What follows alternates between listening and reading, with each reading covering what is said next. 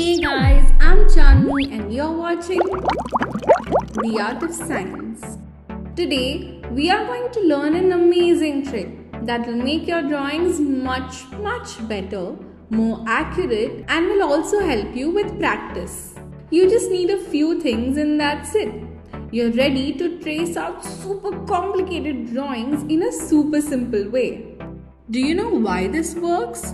This is backed by a scientific concept called reflection. Glass lets most of the light pass through it, but it reflects some of it. And this is approximately 4%.